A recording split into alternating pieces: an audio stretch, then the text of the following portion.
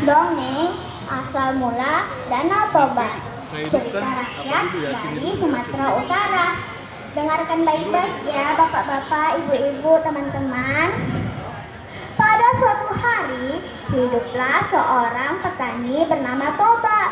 Toba bekerja sebagai seorang petani di kebunnya. Pada suatu hari, Toba yang sedang duduk merenung di kebunnya karena kebunnya tidak kunjung berbuah. Lalu Toba yang sudah merasa lapar pergi ke sungai untuk mencari ikan untuk digoreng. Sesampainya di sungai, Toba langsung memancing ikan tersebut. Setelah menunggu lama, Toba pun ingin pulang. Tetapi ada seekor ikan yang menarik umpan Toba. Toba sangat terkejut karena ikan tersebut mempunyai sisik yang berwarna emas. Toba pun dengan rasa yang gembira membawa ikan tersebut pulang ke rumahnya. Sesampainya di rumah, karena melihat persediaan kayu bakar untuk memasak tidak ada, Toba pun ingin pergi ke kebun.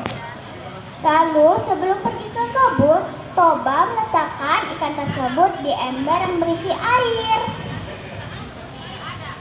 Toba pun pergi ke kebun.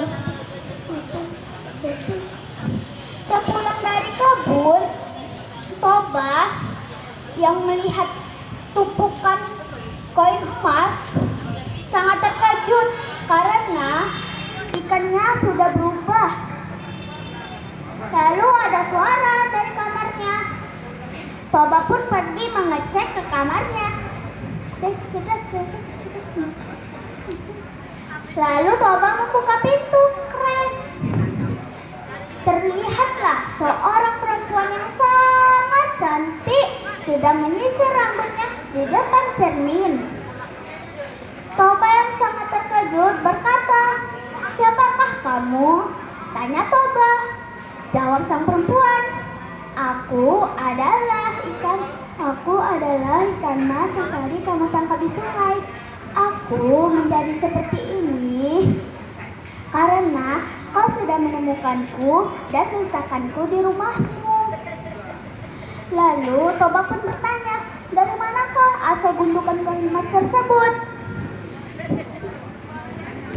Perempuan tersebut pun menjawab, "Itu adalah sisik-sisikku yang terlepas."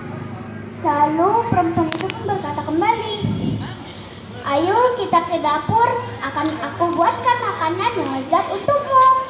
Mereka pun makan di dapur. Dalam hati Toba, "Wah, betapa cantik perempuan tersebut. Bagaimana kalau aku jadikan istri?" Tanpa sepengetahuan Toba, perempuan tersebut bisa membaca isi hati seseorang. Perempuan itu pun berkata, Aku akan menjadi istrimu, tapi dengan satu syarat." Toba pun bertanya, "Apakah itu syaratnya?" Perempuan itu menjawab, "Syaratnya kamu tidak boleh mengungkit asal muasalku." Lalu Toba pun berkata, "Oke, akan aku penuhi syarat tersebut." Dan mereka menikah. Beberapa bulan berlalu, Toba semakin bekerja keras karena istri Toba sudah mengandung anak Toba. Lalu beberapa bulan pun berlalu. Lahirlah seorang anak laki-laki. Toba memberi nama anak tersebut Samosir. Samosir tumbuh menjadi anak yang nakal dan pemalas, tidak patuh kepada kedua orang tuanya. Pada suatu hari, sang ibu menyuruh Samosir untuk mengantarkan makanan untuk sang ayah. Lalu sang ibu memuji Samosir. "Samosir, antarkanlah makanan ini untuk ayah." Samosir pun berkata, "Ibu, kenapa tidak ibu saja yang mengantarkan makanan tersebut?" Lalu terakhirnya sang ibu pun yang mengantarkan makanan tersebut untuk sang ayah di kebun. Lalu sang ibu pun pergi ke kebun untuk membawakan bekal makanan tersebut. Sesampainya di kebun, Toba pun berkata, "Hei, jangan kau terlalu malas-malaskan Samosir.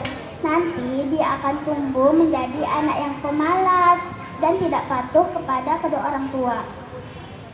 Lalu sang istri pun menjawab, Ya, besok akan aku bujuk dia untuk mengantarkan makanan untukmu."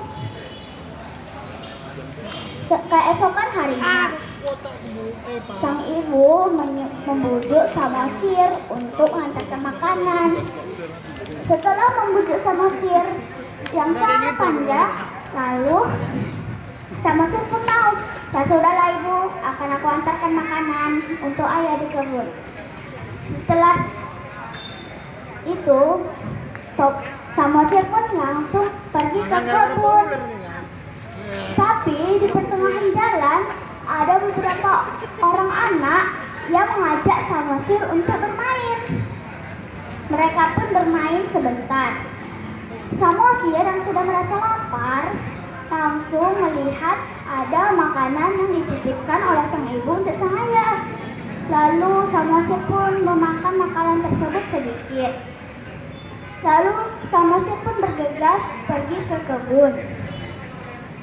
Sesampainya di kebun, Samosir memberikan makanan yang sudah dia makan kepada Toba.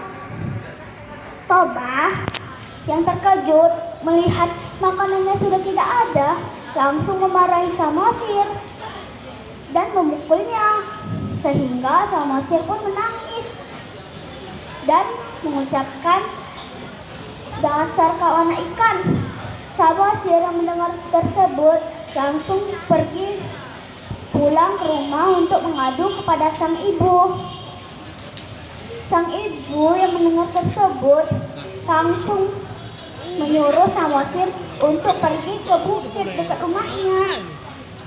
"Samosir, pergilah kau ke bukit dekat rumah. Sebentar lagi air bah akan datang." Sang ibu pun langsung bergegas berlari ke kebun. Lalu berkata kepada Toba, "Toba, karena kau sudah melanggar syarat, terimalah akibatnya." Lalu air bah pun datang. Sang ibu lompat ke dalam air bah tersebut dan berubah menjadi ikan mas kembali. Lalu air bah pun menenggelamkan Toba, dan Samosir yang berada di bukit tetap aman.